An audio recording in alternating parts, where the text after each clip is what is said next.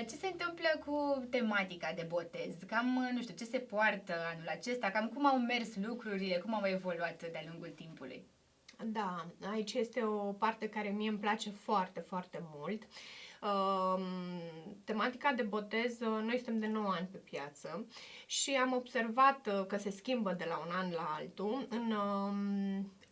O să dau puțin din culise.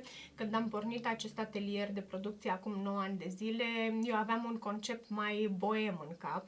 Știi, chiar mi-aduc aminte că am spus, eu nu voi face trusouri de botez cu tematică Minnie, Mickey Mouse, însă la momentul respectiv solicitările pentru tematica aceasta de botez de la Disney era în proporție de 80%, era covârșitoare. Okay. Și atunci, practic, eram pusă în postura unui artist care ar fi compus numai ceea ce își dorește el și să dispară de pe piață sau... Nu consider neapărat că am făcut un compromis, pentru că și aici putem jongla foarte mult cu elementele decorative.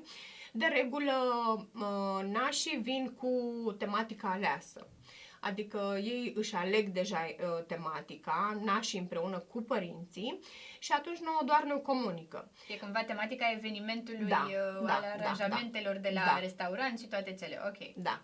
Nu este numai tematica trusoului, practic trusoul de botez va fi parte integrantă a întregului eveniment. Ei își aleg o tematică de botez și apoi se construiește tot evenimentul în jurul acestei tematici, inclusiv culoarea vestimentației și a nașilor și a copiilor nașilor și a bebelușului, elementele decorative de pe masă, accesoriile florale, arcadele de baloane, corner, fotocorner, totul este construit în jurul acestei tematici. Dacă în primii ani, deci vorbim de acum 7, 8, 9 ani în urmă, deci așa cum am spus, cerințele erau pentru Minnie și Mickey Mouse, clar, 80%, deci proporția era covârșitoare. Ulterior am început s-a mers spre îngeri, deci tematica îngeri era aleasă tot așa într-o proporție majoritară. Acolo a apărut și rochița? Nu, asta cu aripioarele de îngeraș este o găselniță, să zic așa, mai nouă, e chiar de anul acesta. Okay. Dar și tot cam de un an de zile au apărut și legat de tematica cu îngerașii, aripioarele 3D, îmi pare rău că nu am astăzi aici, dar o să aduc într-o ediție viitoare. Sunt aripi pe care noi le coasem, le brodăm, le personalizăm cu prenumele bebelușului și se prind cu capse de bretelele pantalonilor sau, da, în speță, uneori se mai cere și de sacou, dar mai puțin, mai mult de bretele.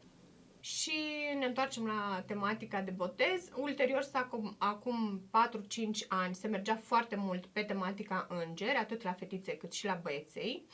Iar în ultimii 2 ani merge foarte mult către safari la băieței. Safari, jungla, animale. Am avut și animale de pădure.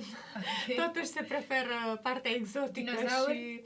Și... Nu, n-am avut niciodată dinozauri, dar foarte, foarte mult se merge spre... Fie acum la băieței e în mare vogă tematica aceasta de safari, jungla.